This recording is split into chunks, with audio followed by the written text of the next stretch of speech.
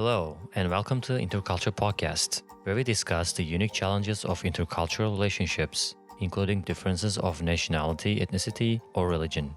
I am Ibrahim. And I'm Jenna. Each week, we discuss a different topic on living and thriving in an increasingly global society.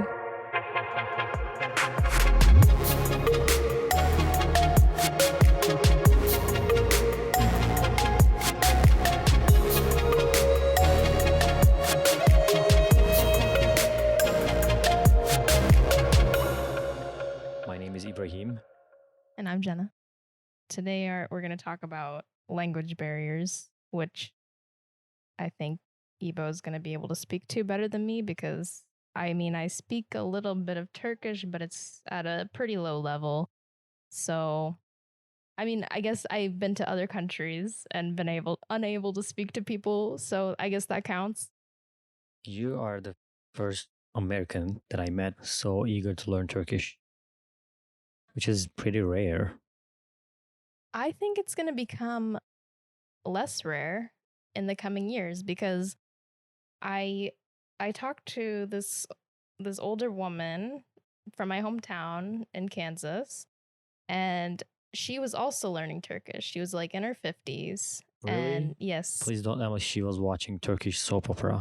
Yeah. She was? She was watching No way. Turkish dramas, Oh and my she God. had a lot to say about them. Yes, guys, let's go. And she was talking about how the characters are so much more developed in Turkish dramas, which I don't know. I don't watch Turkish dramas, sorry. Yeah, you shouldn't be watching. But so I can't speak to that. But yeah, she was learning Turkish and she really wanted to go to Turkey, and me and Memo are trying to find a husband for her in Turkey so she can go live there. Good luck with that. Well, we'll see. You never know. No, actually, you don't need luck with that. It's gonna be pretty easy to find a husband. I'm looking. I found a potential suitor for her, but Yeah. What are the qualifications for what's he has to be like how old he has to be? well, he needs to be the same age, Same roughly. age, okay. Like mid-50s, and she doesn't want a chauvinist guy. I don't meet that many chauvinist Turkish guys, but I'm sure there are plenty that you have to avoid. But yeah, we're looking. We're on the lookout. We'll see. Oh, okay. And then our friend, his new wife, was also very interested in like Turkish music, Turkish pop songs, and was learning Turkish before she even met him, which is crazy, which I hadn't met anyone like that. I've met some people who have learned a little bit of Turkish here and there because they're in a relationship with a Turkish person like myself. But they met and it was like a click. She's like, I love all things Turkish and you're Turkish, so Oh my God. So proud of my nation right now. I'm hearing more and more people in the US like interested in Turkish music and TV shows, wow. and I think it's gonna become more popular. We'll see. Well, yeah, the Turkish movies and movie stars and series are really, really popular around like Middle East, Russia, I would say Ukraine, and also like at the Balkans and South America, Okay. Peru, Colombia, and stuff. The other countries, such as countries like that. But I never thought that it would be not like so popular, but kind of draws attention in here, like in the US. Yeah, it's funny because before I met Memo, like I dreamed of like going to Istanbul. But I didn't really know anything about Turkey besides I want to go there as a tourist. Okay. But now I feel like, well, if not for global politics, but now I feel like more people are aware of Turkey in the US. And I think more of the pop culture is going to catch on. That's awesome. Well, talking about marriage, of finding a right candidate for your friend. Mm-hmm. Is she looking for an fluent speaker or? Oh, yeah. That's where it comes to the language barrier, I guess. Yeah, right. Because she cannot converse in Turkish. So she would for sure need someone who spoke pretty good English for me, like when I first started dating Memo, his English was pretty good, but it's gotten a lot better since then in the past 4 years. And I would adjust like the way that I spoke to him to like use more simplistic terms. And now, after we talk every day, of course, and have spent so many hours talking that now I speak normally to him, and like I don't filter myself the way I did before. And now I really very rarely ask him to repeat himself. Like I can understand him, and part of that is getting used to an accent, because initially, if you haven't heard an accent before, you're going to have a hard time. Yeah, of course. If you're like adapted to someone's accent, like it's much easier, because even if like someone speaks perfect English, people, we live in New York and there's people from all around the world, and there are many accents here. Yeah. And I'll see people, if they haven't heard that accent, even if the speaker is superbly fluent, they're still not getting it. Still, like, what are you saying? Because it's just your brain needs to adjust to that new input. When I was in Turkey, when I would speak some Turkish to people, none of them understand me. No like, way. Well, okay, they understand me a little bit. And some people understood me better than others, which they were younger. So they were probably exposed to a little bit more American media. Okay.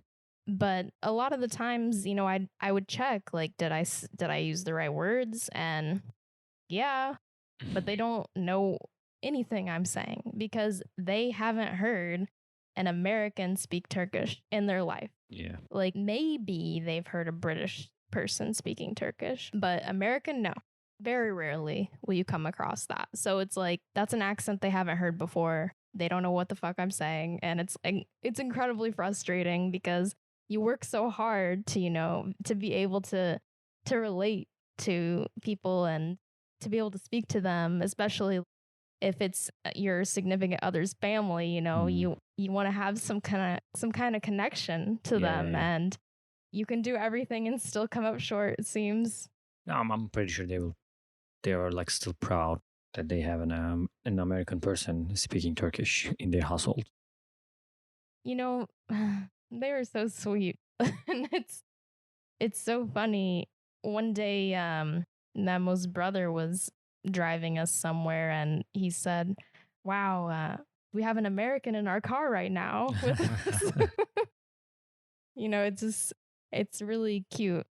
So yeah, of course, I'm gonna feel a little special, but You have right to feel in that every way. well, thanks. But yeah, I see like people who's getting married or who's like dating one another, like doesn't know how to speak in English. That's a kind of big obstacle. Yeah. If you haven't learned English before, or if you're like really bad at school. In Turkey, like English lessons are mandatory. You have to take them fourth grade till high school, mid high school, especially like first 2 years of high school. For me, I was lucky. Before I decided to come to US, I was like careless about learning a little new language, especially in English. It seems like too much of a bother to me. I said I felt like I'm not gonna ever use. I was like so small-minded. Ugh. And as I grew up, when I was like a teenager, I started feeling much closer to the idea of new language. So for me, before I came to US, I had some knowledge. It took me like 3 months to get used to people talking here, to understand them. Not even like I wasn't still be able to like talk fluent way, but after like 3 months, I was like I got better. Well, what were you saying? Like you could speak English okay when you came, but when it came to like No, I couldn't speak at all. Oh, okay. Yeah, I was like good at school, and I was like watching a lot of like documentaries and stuff. But when it comes to practicing, I had no one. and I also had very limited time to decide to come here. So when I came, I felt like prepared. Actually, I felt like, okay, I'm gonna be good at this. I got this. And first, I like started working as a lifeguard in the pool. My managers, my supervisors were like talking to me, and then I was like, no shit, this is gonna be a long way. Oh my gosh. I remember like I was like on duty some days like without understanding any words that my superiors said to me, but I was like nodding my head. But so after like I hope they weren't telling you like how to save a life. yeah, they were telling me that. Thank God things didn't get to that point. Yes.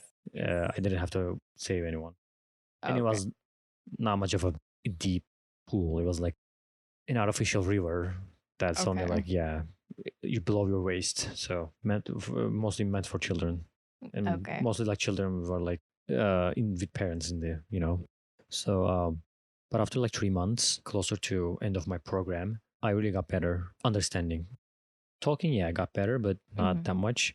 And then my program finished and I had to go back to Turkey, and I spent a whole other year not talking to anyone, and then I was like going back to square one. Actually, not really. Yeah, I got rusty. Right. Yeah, of course I did, because it was like whole 2 years almost. I was like in the country, not leaving, and but I was at the same time like still practicing on the side, little by little, like watching movies. But you couldn't talk and listen to like a native speaker in front of you. I couldn't. When you were back in Turkey, Back in like trying Turkey. to maintain your English, Hmm. you can't like be immersed.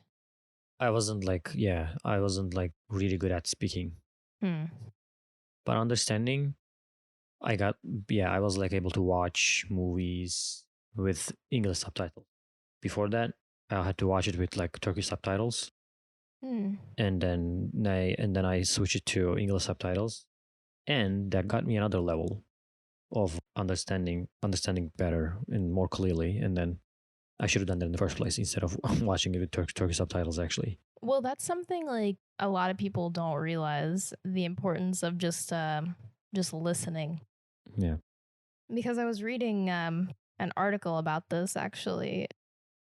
People don't place the importance of listening and comprehension, where that's really where you learn the language. And they were recommending that you don't put like your language's subtitles on, to just let the language just wash over you. And even if you don't understand everything, just like let it come in, and don't necessarily like sit there trying to translate. And that is a more natural way of learning a language. If you are going to have a relationship or a friendship or whatever with someone, maybe it's their second language or your second language, I think it's good to go in with the mindset of there's going to be some miscommunications and there's going to be some frustrations, and to just be aware, Yep, you should be ready.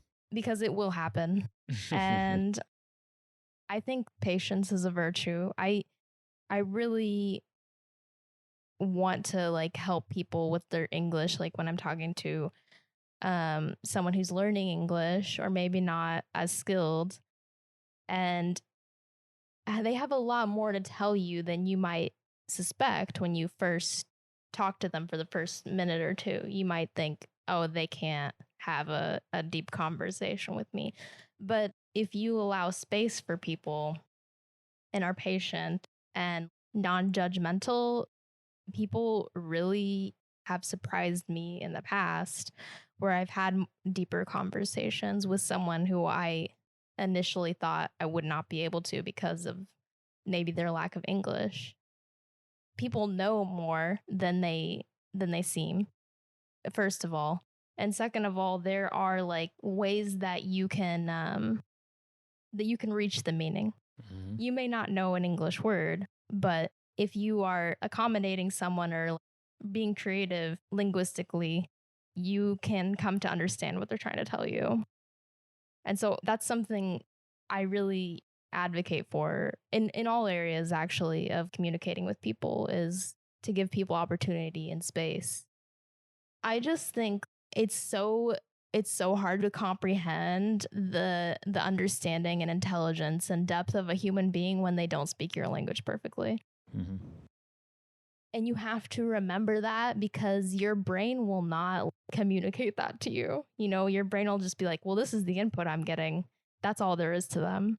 You have to like be conscious of the fact this person has an entire internal world that I don't have access to. Yeah. And it's so easy to see someone from the perspective of their inability. Mm-hmm.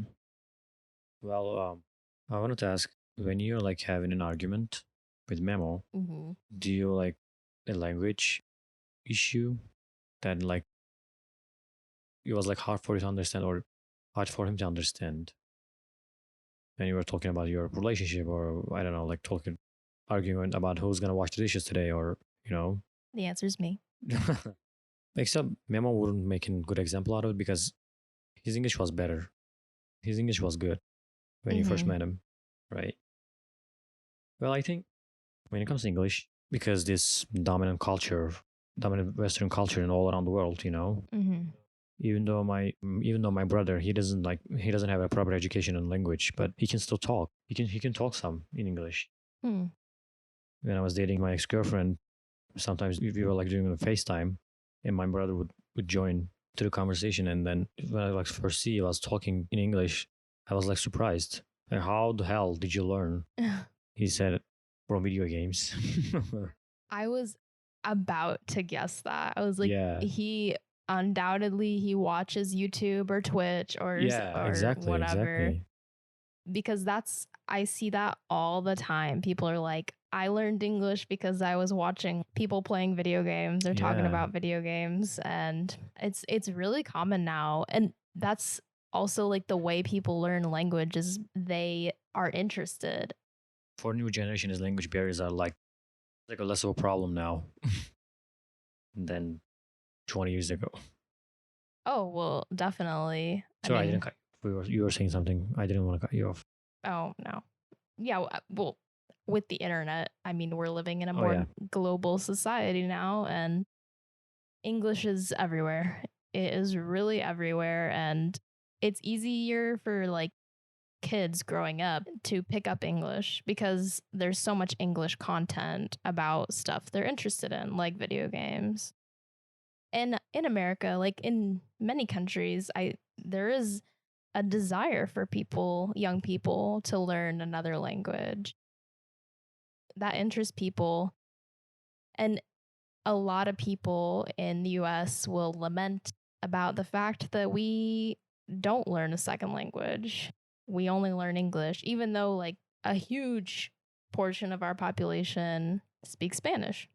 And it would be extremely useful for Americans to know Spanish as a second language. Yeah.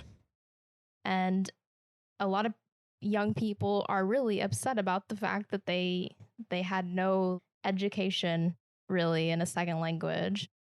People my age, especially, who we grew up, we were young before YouTube was a big thing, right? Yeah, we were. And before social media, in those prime language learning years, we didn't have access to some of those things. We didn't have resources back then, you know? So Not like this, yeah. I think with those resources, with like YouTube and all the, I don't know, all the new social medias and stuff, but people are interested and they want to know. They want to know another language. They don't, a lot of Americans feel stupid because they don't know a second language. And Americans are always looking to Europe as like our Travel destination. Well, for sure. But I just mean like our beacon of Western society.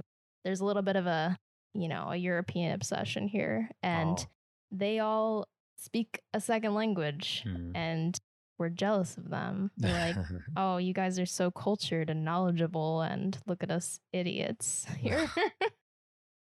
But we'll see, like, I mean, perhaps as time goes on, there will be more people speaking a second language in the Oh yeah, US. of course, and especially like people who came here as immigrants and then they have a child here, and that child would like raise in a multilingual bilingual family. He can speak to what the native language of the family is, and then he can speak Turkish. Sorry, sorry, English, and then learn Spanish in school or French if he works hard or she works hard. So yeah, I think it's gonna be more fluid in the future, right?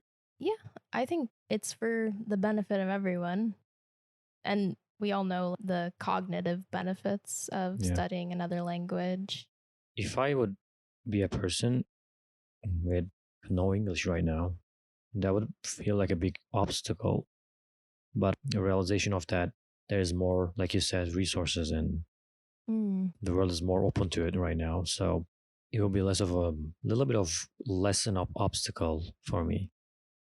There are other people that immigrate to other countries or travel to other countries without knowing any language. We're gonna struggle a lot. I think about people who travel to other countries before cell phones. How, if you're alone, how terrifying would that be if you Right. didn't know the language? Yeah. Either you're in a place where people know English or your language or Yeah. whatever, or Carrying a dictionary with you all the yeah, time. you're carrying a dictionary or just use hand motions to people. I I was in France last year and like it was an unexpected part of my trip. Didn't I've studied some French before, but I like didn't really know anything, and I felt like such an asshole when I was there because I couldn't I could like barely talk to anyone and they all had to speak English to me.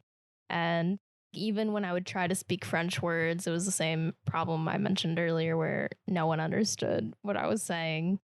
And especially if that person, their first language isn't French, then they really didn't understand me, which is the opposite of my experience in New York, where there's a person who learns English as a second language.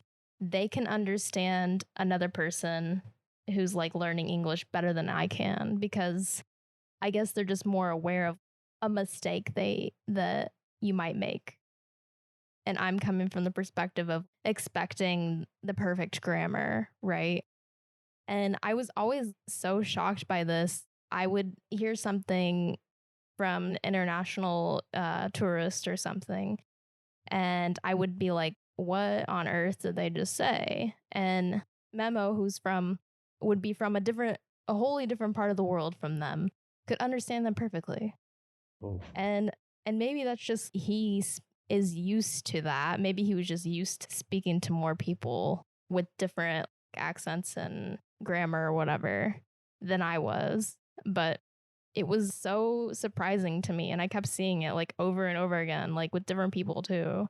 It's kind of frustrating, honestly. I'm like, well, I should be able to You and understand. as a native speaker. Yeah. But yeah, it's interesting. I guess that is just one of the benefits of knowing another language is it kind of you understand maybe someone's pattern of speech or you've heard another accent, so your mind can think a little bit differently when it's trying to decipher stuff.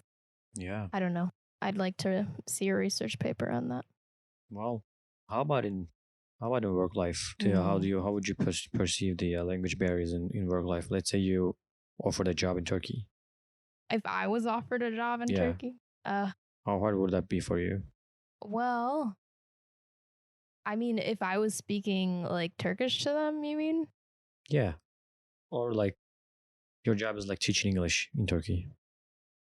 So I did some English teaching before, but it was to kids that were already like at a certain level of English. So I didn't have to know their language. And that was pretty simple and straightforward. If there's a mistake, I just correct them. But if I was teaching someone who had no knowledge of English, well, I don't have the skills to do that. first of all. But if I had to go there and report to someone and like figure it out every day, of course you're going to be motivated to like work harder to know the language, to understand what your students, if you're teaching, you know, what their struggles are. There's going to be some extra motivation. I mean, I'm sure I would be like you when you came here, like just be nodding like, uh-huh.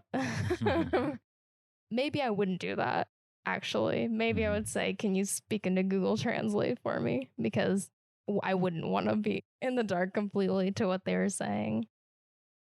Which I don't know. How much have you used Google Translate feature where you can speak into it and get a written translation in your language? In the first place, or Have you ever used that? no, not really. Just I usually like type the words. You mean like the hearing the words? You can record audio and it translates it into words, or it can actually speak it too. You say words in one language and it speaks words in another language out to you. Oh, I never used it. Really? Yeah. I think people don't like doing that. I think they prefer Yeah. to type. Prefer to type, right? Because maybe they're nervous that it's not going to pick up. Yeah. They're not going to have enough control over what is going to be said on the other side. Yeah. Right. For a person like me, the language shouldn't be feeling like a barrier. It should be feeling like a challenge that I should have overcome.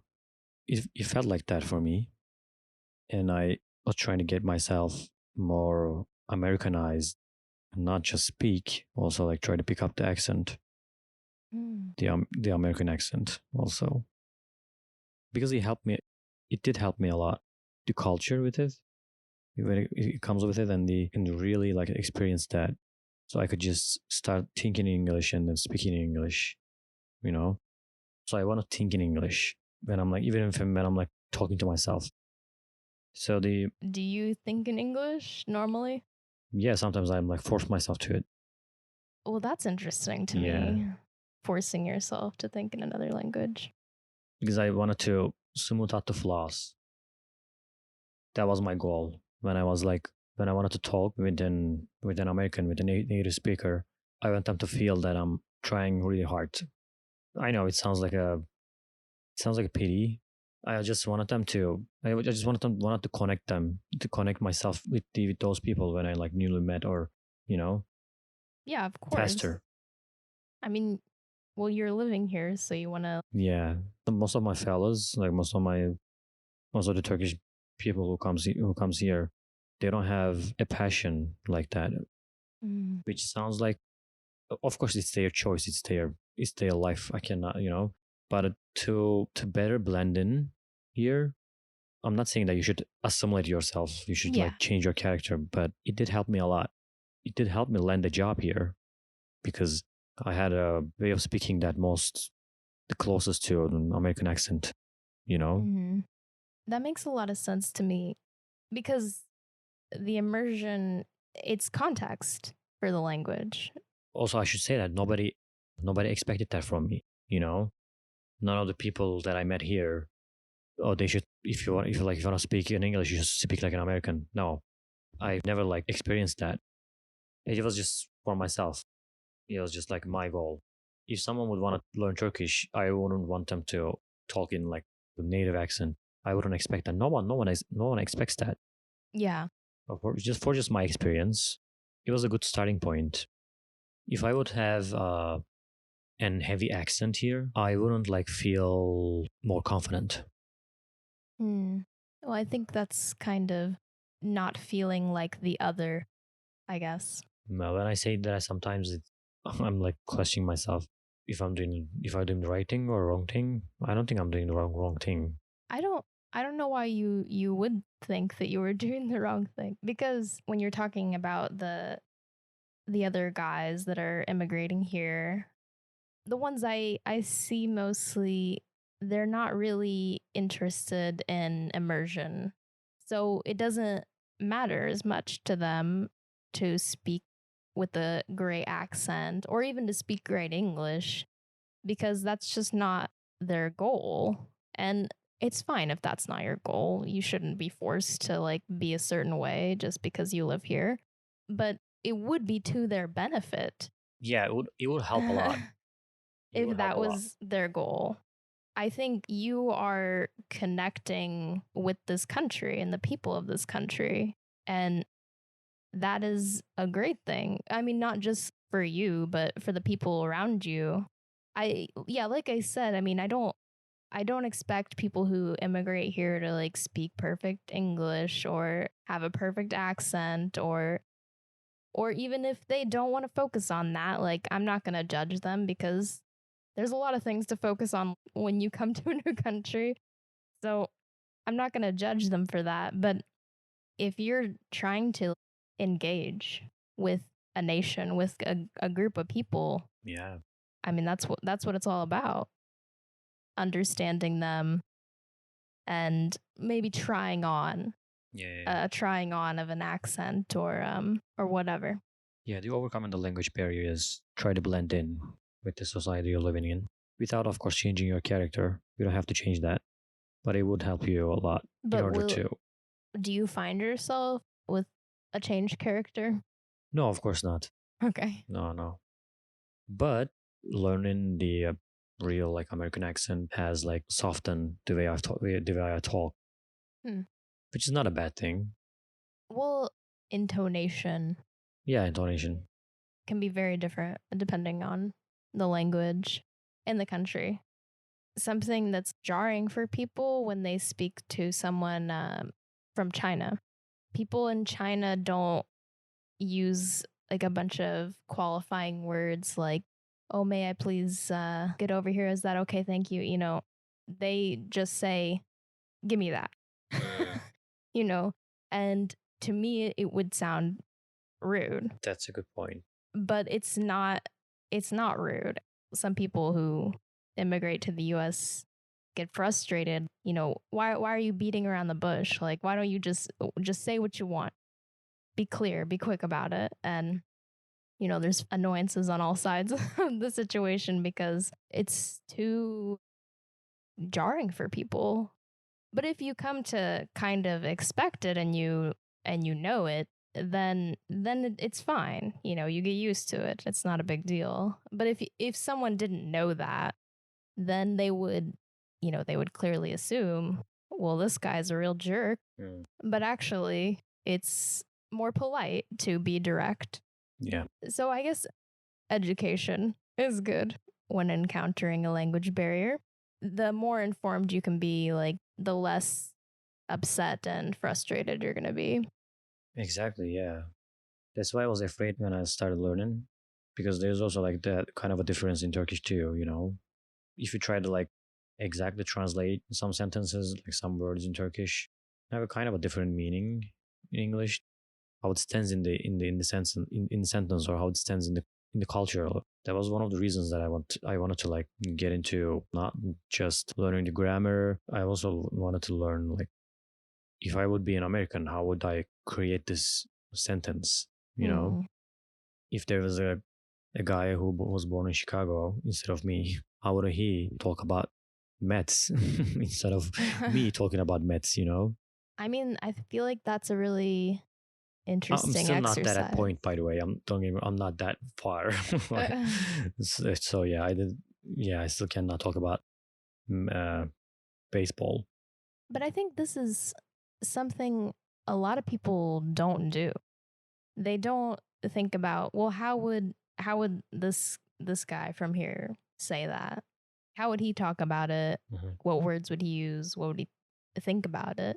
I think that's something like people don't automatically like think to do, really. And it seems like it would be really helpful.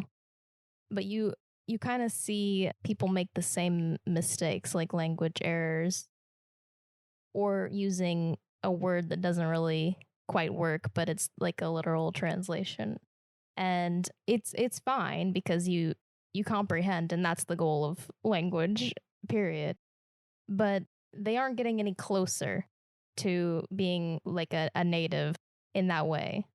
And like we mentioned before, maybe that's not their goal. Maybe their goal is, oh, I just need to get around and talk to people and that's it. But if you are really conscious of the differences that of the way like you're speaking as opposed to the way a native is speaking, you're going to correct yourself and you're going to improve, I think. Well, yeah, you're right. Right now, you know what I think? I really became interested about Southern accent. Oh boy. Well, it's kind of the most maybe the most distinct of the accents in Yeah. America. One of the most recognizable. Yeah. Well, howdy all. I can talk more Southern if I want to, but I rarely do because I'm from Kansas, so we're not a Southern state, which a lot of New Yorkers assume that because they don't know geography. It's Midwestern, but there's a bit of a Southern thing going on there, and you hear it enough if you grow up there that you can speak that way more easily, I think, than someone with a northern accent. But I don't feel a real connection to the southern accent, so I don't put it on. And it's so hard for me to think about my accent because I'm like, well, I have a standard American accent, which is a real thing. But it's like, you don't actually. You have a Midwestern accent. But I have been told by people from other countries that I have a great accent for them to understand. But I I wish I could understand my accent better. People from the South, they hear the southern parts of my accent very easily. Oh, Whereas that's interesting. yeah, whereas people in the North, they might not say, "Oh, I can tell, you're from somewhere close to the South." But people with a stronger Southern accent, they do. They're like, "Oh, yeah, you got a little bit of something." And I hear it sometimes on certain inflection points. I do hear it. Wow, that's nice to me. I think the southern accent is nice, but I can't love it because of its associations with the southern culture, which I just really don't identify with. It's so funny that people in the north, like here in New York, they really are fascinated with the southern area because it's so different culture. That was so strange to me. When I first came to New York, I'm like, really? You like the South? Like, aren't you supposed to be Yankees here? Yeah. But anything foreign has kind of a draw for people, or it can, unless you're highly xenophobic or whatever. Sound exotic, I guess. Seem exotic. A lot of people from other countries that don't consume a lot of American media, they really have a hard time with Black American dialect. And they're like, it doesn't make sense. And some people do have like a stronger accent with that too. I've had people tell me before, if a Black person talks to me, I have no idea what they're saying. And I just have explained like they're speaking another dialect. There's different grammar rules than I don't want to say like standard American dialect because then it makes it sound like Black American dialect is like the other. It's the non-standard. But I don't really know. I don't know, I guess, the proper terms for that. But, different grammar rules, different pronunciation, and you got to learn another language sometimes when you come here to help you understand. But of course, me growing up hearing that all the time, it's not a problem at all. I guess that's not the only thing about language barriers for a new speaker. Yeah, I would say the same about myself. But I was lucky when I first came. I wasn't still in New York State. So, but when I first went to the South State after 2 years, it took me a while to understand the language over there, especially the Southern accent. They were like speaking so fast, but it was nice though. sounds interesting to me also. Do you like associate your English more with American English as opposed to like British English? Yeah, of course. Because that's not the case for a lot of people because they're coming from somewhere so much closer to the UK that everything is focused around like all schooling is focused around like British English. And there are like some differences. I mean, of course the grammar is the same. In public schools in Turkey, are like studies are like coming from the American institutes mostly, but also there is like Hollywood effect. We hear more of a American accent than British accent in Turkey. Most of the people who learns English in Turkey, like they learn in American way mostly. So that's why I was like always say water, you know, not water. That's Can you say that again? Water. And the other one? Water. Wow, okay. Water is, I think water is British. Yeah. Don't you think? Yeah. Yeah. Because when I met an old British guy, I asked for a water, you know, and then yeah, he told me, he teach me it's water. Oh, you have to say water. You just say Okay. You own the language. I didn't. Okay, I'll say it in your way. I don't care. Also, there's so many accents in England too. Oh yeah, and I also met this guy recently, like Hamza's wedding. Do you remember the photographer? Yes. He talked in a heavy, not heavy, but in a British accent. Really? Did you? Yeah, have you realized that?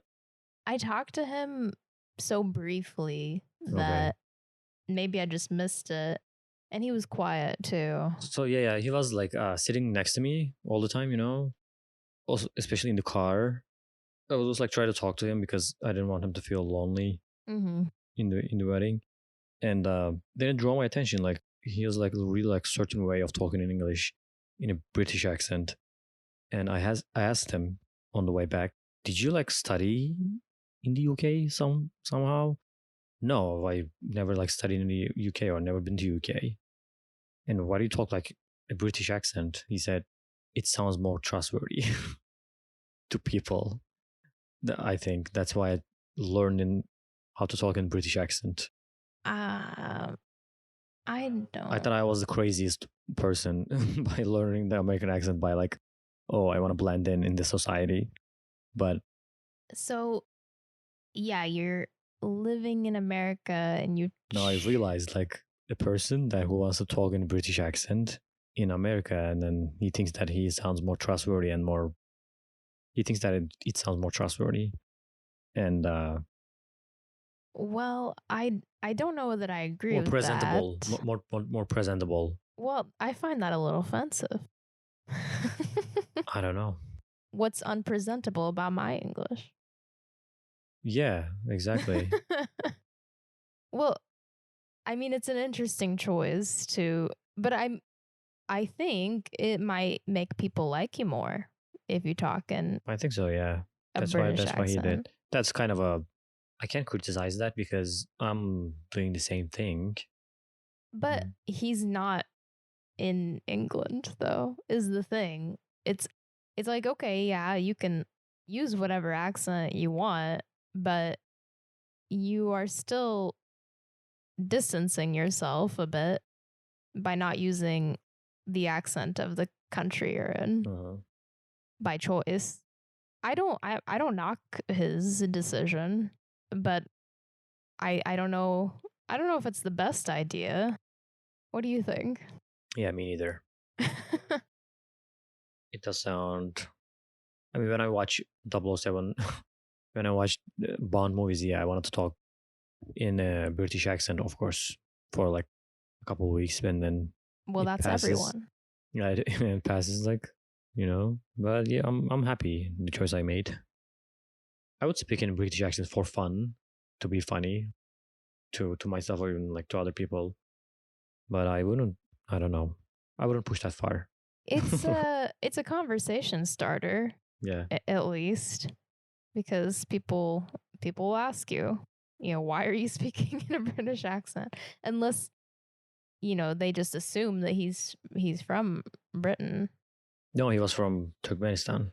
Oh, okay. Yeah. Well, I can solidly say I have no knowledge of Turkmenistan whatsoever. It's a different dialect. I can pick up some words when I hear them talking, some sentences. Also, people from Azerbaijan, I can understand them more clearly than Turkmenistan people talking. Yeah, as Azeri is really close to Turkish, I think. Yeah, it's more closer to Turkish. Yeah. Let me ask you this.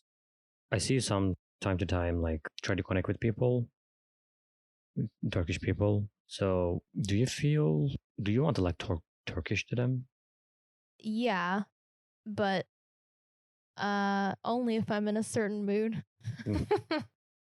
Because if I'm not feeling particularly confident that day, I'm probably not gonna try. Yeah. Because I don't know. I get so scared.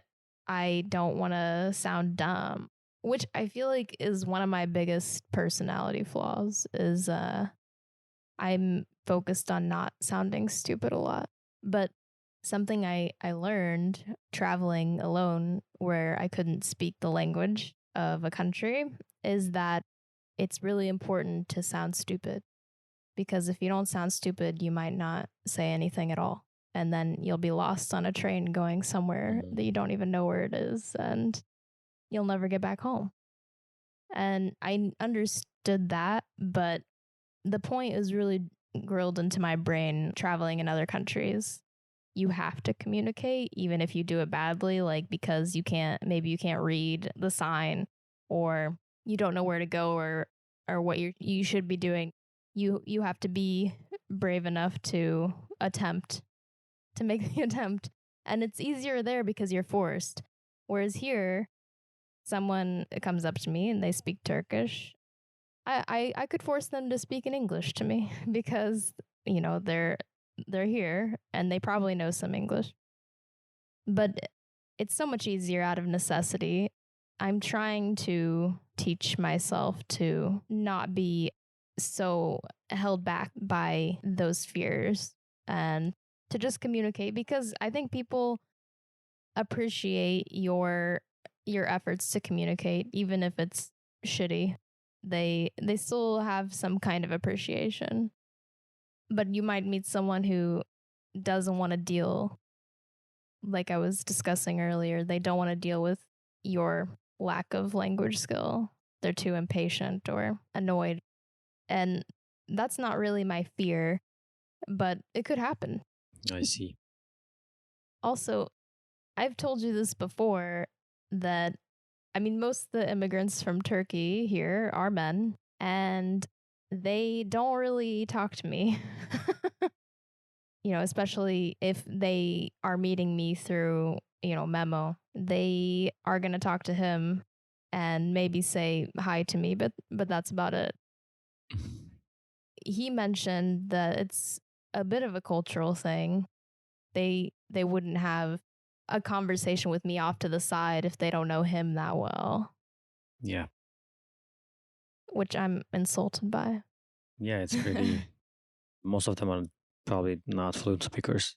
Some of them even might not even like know any English. Some of them don't. Yeah. They just feel connected to, related to the person next to them who's speaking the same language with them, I guess. Which is like it's like a mindset. The language barrier also, you can like create your own barrier by staying that way. If you want to like overcome that, it's in your hands. Absolutely. I can relate to them because there's a comfort that comes from being around someone who is, their native language is your native language. And especially when you're in a foreign environment, are they going to want to talk to me and like spend time talking to me in Turkish when I'm speaking like an American accent, when they can talk to someone who understands them on a much deeper level? Of course, they're going to gravitate towards that sense of belonging. Yeah, that's still kind of rude. I must admit. Kind of rude, did you say? Yeah, sorry about my countrymen. Oh, thank you. I accept your apology on behalf of all Turks. I mean, I get it, but I'm at the same time I'm like, well, you're here now, you came here, so you got to start talking. You're here by choice. I mean, you should make an effort to intermingle and to not, I don't want to say blend in, but at least put an effort into what is customary, which I mean, I'm sure maybe a lot of Americans do not do that either. And we've all heard about how horrible American tourists are from many people not knowing any other language or acting rude. And so it's not like I'm saying the problem is these Turkish guys. It's kind of how it is. Well, exactly. I would still feel something missing. That wouldn't be one of my goals here when I first came. Let's say if I wouldn't have showed any effort, yeah, I would probably still feel missing, something missing inside of me. So I don't know how other people related to that, but that would be my case. They're missing something that's right in front of them, and that's opportunity. A lot of the guys that we meet, they're here for a singular purpose, which is to make money.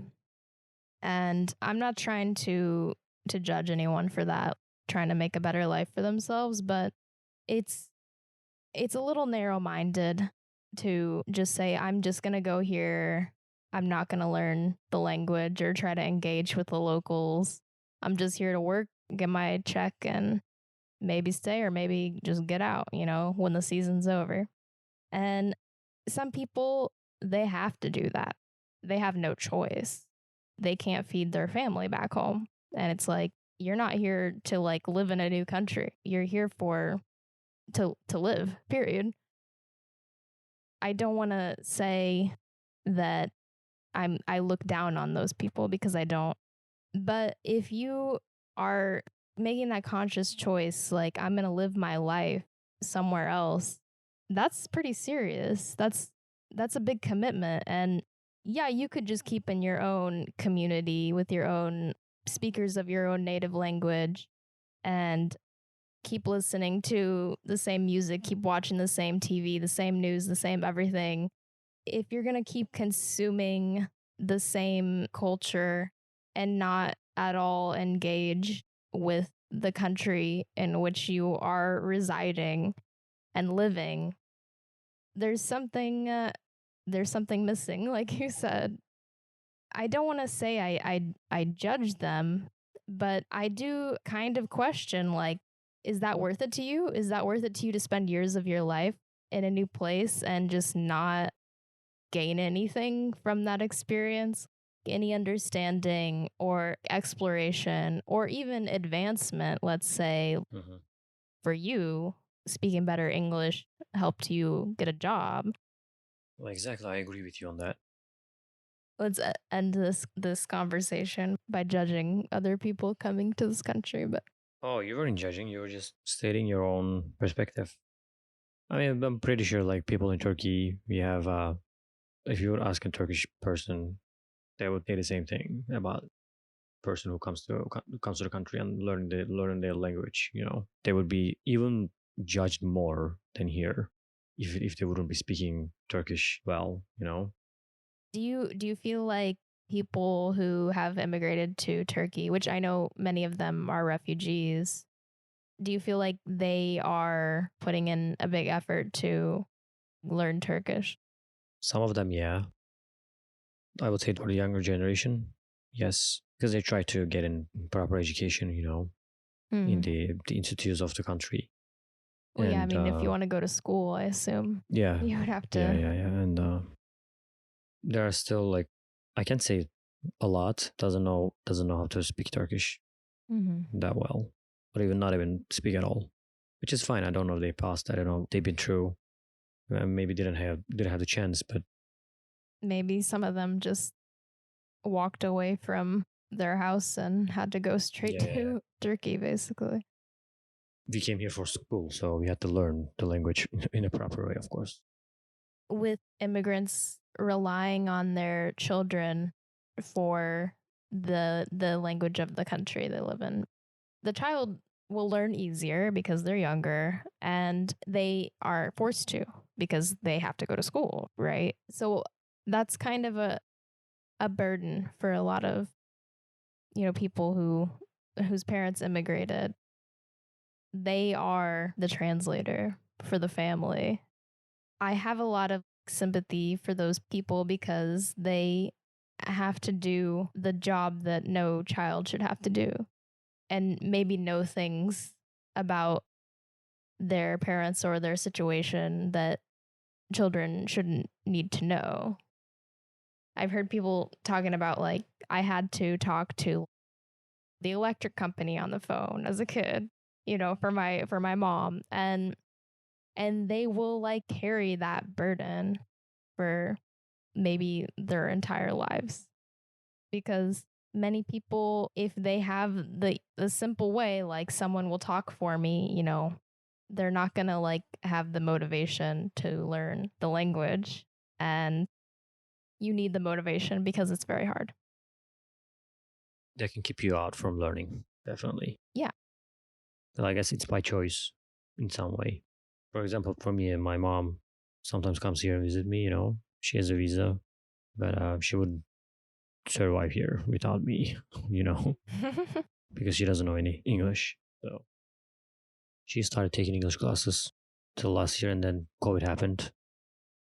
She said, next time when I come to the country, I at least want to be able to like speak some. Yeah, she had the drive to learn, which is it makes me realize that it is possible. Yeah, I think we know more about language learning now, and it doesn't matter how old you are, you can still learn quite a bit of a language. So that should never hold someone back to feel like they're too old. Also, it will be hard at first. When I first started learning, the challenge was felt bigger to me. This language barrier thing is not like you do it in one day, you finish it and you overcome it. Not like that. It's just it needs time. Mm-hmm. I don't know how to speak. Oh, this makes you feel more anxious, but by the time you'll get used to it, you'll like learn how to overcome it at some point. Doesn't have to be perfect. As long as you can understand the person in front of you and make them understand you, I think there's no barrier anymore. There's no like obstacle anymore, I guess. Well, I think the biggest thing is your mindset, because if you are kind of accepting of the imperfections you'll have or the challenges that you'll face, and knowing that it's still going to be okay in the end, that's when you've actually made it. There will always maybe be frustrations, but ultimately, like, you are getting better. Even for me, even though like it's been a lot of years since I started learning, and then even though I can like understand everything and make a conversation with another person, there are like some days for me that are like people talking, and I cannot relate it to that conversation because I wasn't born here. There's gonna be I wouldn't say a language barrier, but maybe a culture barrier, or I don't know how to call it, but you get what I mean. I cannot be too sad about it. Well, no, you shouldn't be. Yeah. I think what people are most drawn to is when they see like the connection, where they see the similarity, right? Like, oh, my family does that too. It feels good. And people want to talk about those things. It's good to be able to relate. That's true. But I also don't think people would be like disinterested in hearing your experience. I guess if I want to put a pin in the language barrier conversation, I would say, well, it's a very like combative word, saying barrier. And I think that brings to mind a disconnection and a wall between people. If there's a language barrier, like, you can't speak to them, period. But we're not really talking we're not really talking about that. We're talking about adaptation, I guess. Can I say adaptation wipes off the barrier? Yes, it does. I would agree with that. Okay, then it would help a lot. So I would say to that. All right. Thank you for listening to us. Yes, we'll be back next week. We'll be back next week.